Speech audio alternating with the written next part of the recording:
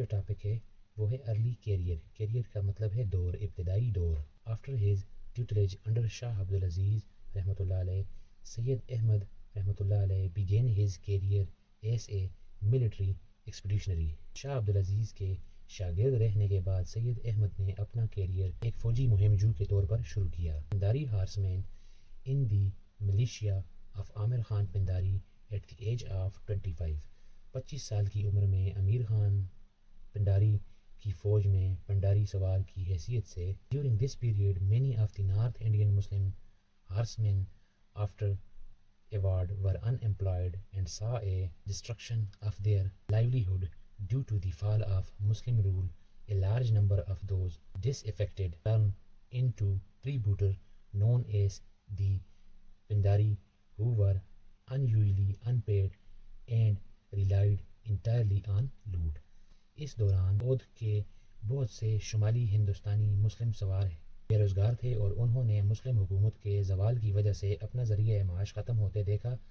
ناراض ہونے والوں کی بڑی تعداد لوٹ مار کرنے والے گروہوں میں شامل ہو گئی جنہیں پنڈاری کہا جاتا تھا، جو عام طور پر بے تنخواہ غیر تنخواہ کے ہوتے تھے اور صرف لوٹ مار پر انحصار کرتے تھے. During the Third Anglo-Maratha War in 1817 Amir Khan allied with the East India Company.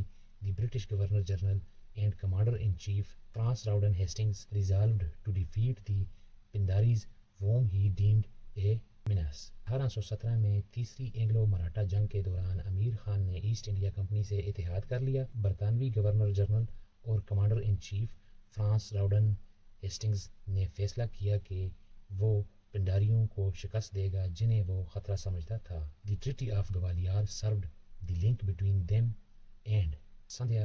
Moreover, the treaty required the latter to join forces with the East India Company to eliminate the Pindaris and Pashtuns.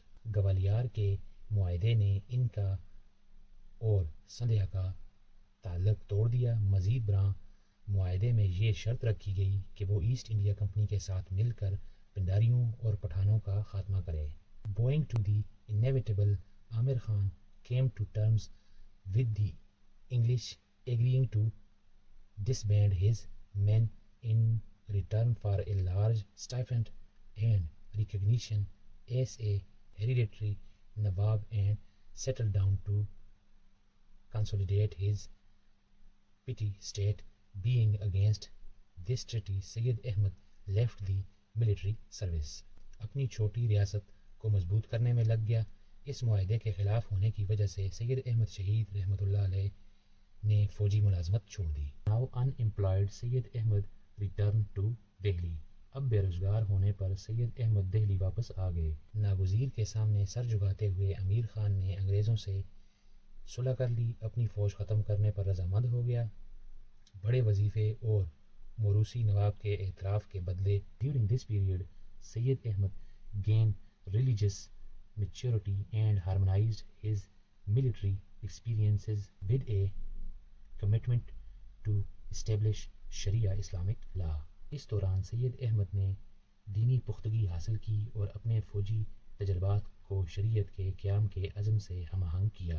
شریعت یعنی اسلامی قانون کے قیام کے عزم کے ساتھ اپنے فوجی تجربات کو ہم آہنگ کیا. Two family members of theologian Shah Wali Allah Shah Ismail Dehlavi 1771 to 1831 and مولوی Abdul Hai (died 1828) became his associates with rise his mystic confidence and stature. عالم دین شاہ ولی اللہ کے دو خاندانی افراد شاہ اسماعیل دہلوی 1771 سے 1831 اور مولوی عبدالحی 1828 میں وفات ان کے ساتھی بن گئے، جس سے ان کا روحانی اعتماد اور مرتبہ بڑھ گیا. This endorsement added to his reputation and his popularity grew with adherents flocking to him by the thousands. اس تائید سے ان کی ساکھ میں اضافہ ہوا اور ان کی مقبولیت بڑھ گئی اور ہزاروں کی تعداد میں پیروکار ان کے گرد جمع ہونے لگے.